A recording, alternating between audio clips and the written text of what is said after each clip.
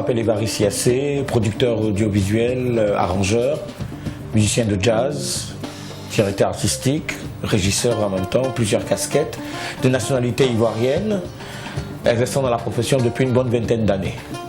Alors, je suis issu d'une famille, comme beaucoup d'Ivoiriens le savent, de musiciens. Mon père était professeur de musique, didacteur, anthropologue.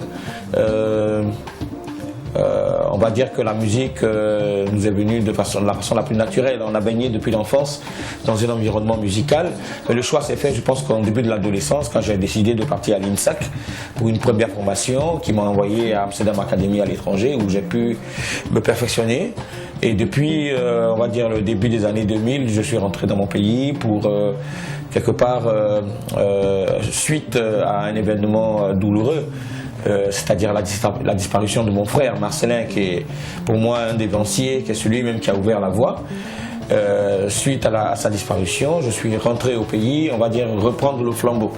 C'est ainsi que depuis lors, j'exerce un métier de directeur de studio d'enregistrement, directeur artistique et producteur à temps plein. Le déclic, je pense que c'est vrai que, comme on dit, hein, depuis l'enfance, il est très difficile, surtout en Afrique, il était très difficile de dire à ses parents, mon père il est d'abord pédagogue, il était très difficile de dire à ses parents, ah oui je veux vivre de la musique.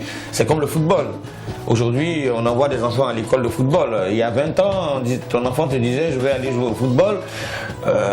On était à deux doigts de nous demander est-ce que tu as bien réfléchi. C'est-à-dire que même jusqu'à aujourd'hui, il y en a encore qui commettent cette erreur de vous poser la question, à part la musique, vous faites quoi?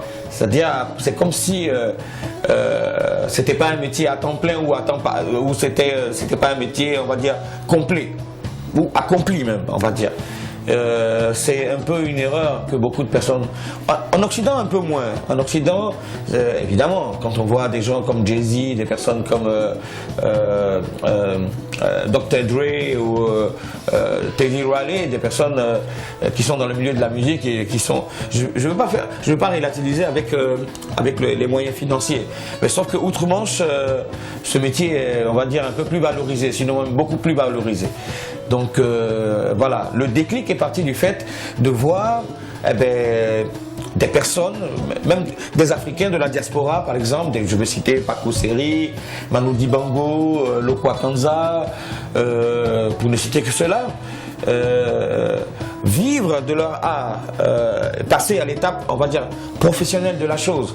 Ça a été pour moi le déclic, ce qui a fait que je suis sorti de l'amateurisme et qu'à un moment donné, j'ai décidé de me donner vraiment les moyens, les structures et l'étiquette pour pouvoir avancer dans mon projet. Moi étant au lycée, lui il était déjà dans une carrière, on va dire, professionnelle. Parce que bon, arrangeur émérite reconnu au-delà des frontières du pays, mais non seulement ça, chef d'orchestre d'un mythique groupe du nom de Oya, voilà, on ne pouvait que tomber sous le charme à cette époque. Ensuite, il y a eu, on a baigné beaucoup dans le jazz. Mon père était pas un fanat de musique urbaine, je ne veux pas dire que c'est pas bon, mais lui, étant un pédagogue, étant un enseignant, avait décidé de nous faire entendre très tôt la grande musique. Donc on a baigné dans John Coltrane, Charlie Parker, George Benson, Jonathan Butler, les plus jeunes, et ainsi de suite, Charlie Bird, Django Reinhardt, des références de musique jazz de l'époque. Moi je découvrais une musique qui était plus vieille que moi de 50 ans. Mais voilà, chemin faisant, je me suis rendu compte que c'était la clé. La musique la plus, on va dire, la plus accomplie au monde, c'est le jazz. Avec le jazz, tu peux jouer toutes les musiques, mais avec toutes les musiques, tu ne fais pas du jazz. C'est vraiment la nuance. Ce qui me plaît de faire et ce qu'on me demande de faire, parce que j'ai quand même un studio à gérer, j'ai quand même une entreprise à gérer. Dans l'année, je fais une bonne dizaine, voire une vingtaine d'albums, et ça dure depuis 15 à 20 ans. Il est très difficile. Ça part de Alla Thérèse, la vieille à la Thérèse, tous les remixes de l'époque, jusqu'au Zouglou de Surchoc, en passant par Pacific Group. Je peux citer aussi au passage Rico, qui fait de la musique urbaine aujourd'hui, qui est très très très connu. Des contributions, des collaborations même. Il y a du monde, il y a du monde. Tout à l'heure, on va jeter un coup d'œil sur enfin, les albums du moment. Et puis une grosse collaboration depuis les années 2000 avec Alpha Blondy, avec Salif Keita, avec Sekouba Bambino, avec Angélique Kidjo, donc beaucoup de collaborations.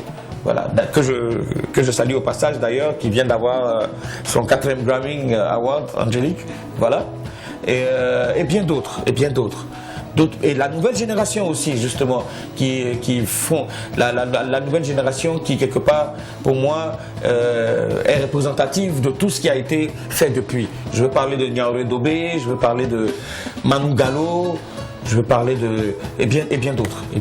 Vraiment, mon mot de la fin, ça sera vraiment encourager nos décideurs à se réapproprier cette politique de vulgarisation et cette politique de pédagogie de la culture en tant que telle. Pas seulement de la musique, hein.